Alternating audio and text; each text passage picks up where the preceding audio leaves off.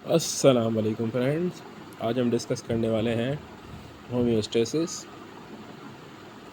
Second year chapter 1। Homeostasis basically is a term that was coined by Walter Buchanan.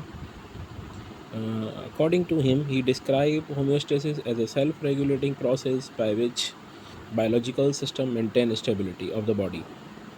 कि homeostasis जो है एक ऐसा प्रोसेस है जो सेल्फ रेगुलेटिंग है, खुद चल रहा होता है हमारी बॉडी में। इसका काम क्या है, हमारी बॉडी में जो बायोलॉजिकल सिस्टम है, जितने भी हमारी बॉडी में प्रोसेसेस हो रहे हैं फिजियोलॉजिकल, उनको मेंटेन करना है, उनकी स्टेबिलिटी को मेंटेन करना है। इसका मेन पर्पस क्या हुआ, the responsibility of the homeostasis to stable the body, कि हमारी बॉडी को स्टेबल रखें। जैसा कि हमें पता है कि जो हमारे ऑर्गेनिजम्स होते हैं वो दो टाइप के होते हैं, एक टेरेस्ट्रियल, एक एक्वेटिक एनिमल्स होते हैं। और इनके टेरेस्ट्रियल एक्वेटिक एनिमल्स का जो वेरिएबल कंडीशन होती है बॉडी में, तो कहीं कभी वो मॉडरेट होती है, कभी वो एक्सट्रीम कंडीशन होती है, तो वो ऑर्गेनिज़म पर इफ़ेक्ट करती है, जिसकी वजह से बॉडी के अंदर जो है एनिमल्स में या फिज़िकली, तो बॉडी के फ़िज़िकल और फिजियोलॉजिकल चेंजेस आना शुरू होते हैं अकॉर्डिंगली। जिस तरीके का टेम्परेचर होगा, इन्वायरमेंट कंडीशन होगी, मॉडरेट होगा तो मॉडरेट चेंजेस आएंगी, एक्सट्रीम कंडीशन होगी तो इस हिसाब से बॉडी में चेंजेस आएंगे। अभी जो इन्वायरमेंटल चेंजेस होते हैं ऑर्गेनिज़म जो है इन्हें कैसे मेंटेन करता है, तो इसकी बॉडी के इंटरनली एक प्रोसेस चल रहा होता है जिसकी मदद से वो सूटेबल लिमिट्स में उन चीज़ों को अपनी बॉडी में मेंटेन रखता है सब चीज़ों को। तो वो जो सूटेबल लिमिट में चीज़ें मेंटेन है वो प्रोसेस की मदद से हो रही होती है। तो बेसिकली 3 एस्पेक्ट्स पढ़ाए जाते हैं होम्योस्टेसिस में।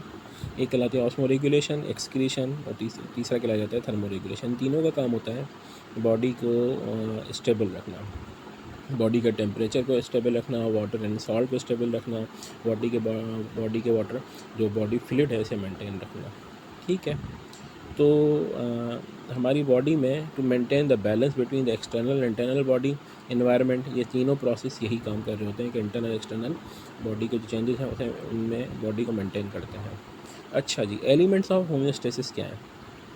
होम्योस्टेसिस के जो बेसिक एलिमेंट्स हैं वो बेस करते हैं एक पूरे मैकेनिज़्म, जिसे कहते हैं फीडबैक मैकेनिज़्म या फीडबैक सिस्टम। ये फीडबैक सिस्टम क्या है, तो feedback system basically is a physiological check and balance mechanism of the body functions that maintain the normal state. हमारी बॉडी को नॉर्मल स्टेट में रखने के लिए चेक एंड बैलेंस चल रहा होता है कि कोई चीज़ बढ़ रही है हमारी बॉडी में, कोई चीज़ कम हो रही है।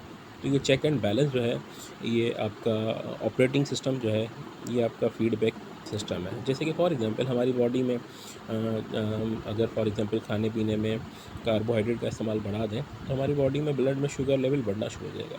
अब बॉडी चेक एंड बैलेंस करेगी कि कितना बड़ा है, उसको किस तरीके से कम करना है, मेंटेन करना है, वो एक्स्ट्रा अमाउंट कहाँ जाएगा। तो ये पूरा मैकेनिज्म कहलाता है फीडबैक सिस्टम। तो फीडबैक सिस्टम के 3 मेजर कंपोनेंट्स हैं जो फीडबैक सिस्टम को ऑपरेट कर रहे होते हैं। एक कहता है रिसेप्टर्स, एक कहलाता है कंट्रोल सेंटर, एक कहलाता है इफेक्टर्स। रिसेप्टर्स वो होते हैं जो सबसे पहले डिटेक्ट करते हैं चेंजेस को। तो ऐसे सेंसरी ऑर्गन्स जो डिटेक्ट करें स्टिमुलाई को, चेंज को, इसे रिसेप्टर्स कहते हैं। तो हमारे नर्वस सिस्टम का पार्ट है रिसेप्टर्स। इंटरनल भी हो सकते हैं, एक्सटर्नल भी हो सकते हैं चेंजेस। उन एक्सटर्नल चेंजेस, इंटरनल चेंजेस को रिसेप्टर डिटेक्ट करते हैं।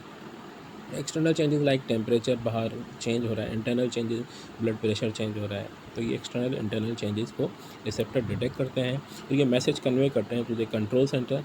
हमारी बॉडी का जो कंट्रोल सेंटर है वो सेंट्रल नर्वस सिस्टम है, brain and spinal cord. Specially brain जो है वो रिस्पॉन्सिबल होता है, उस रिसेप्टर को जो है आइडेंटिफाई करता है, उसके हिसाब से उसकी कमांड बनाता है, रेस्पॉन्स क्रिएट करता है, और वो रेस्पॉन्स जो है वो इफेक्टर को देता है कि वो अप्लाई करें। इफेक्टर्स भी हमारी बॉडी के ऑर्गन्स जो रेस्पॉन्स को अप्लाई करें हमारी बॉडी में, तो कहलाते हैं इफेक्टर्स। फीडबैक सिस्टम जो होता है ये 2 टाइप का होता है। एक कहलाता है पॉजिटिव फीडबैक सिस्टम, एक कहलाता है नेगेटिव फीडबैक सिस्टम। तो पॉजिटिव फीडबैक सिस्टम ऐसा फीडबैक सिस्टम जो रेस्पॉन्स को इनिशिएट करे या फिर इंक्रीज़ करे, इसे कहते हैं पॉजिटिव फीडबैक सिस्टम।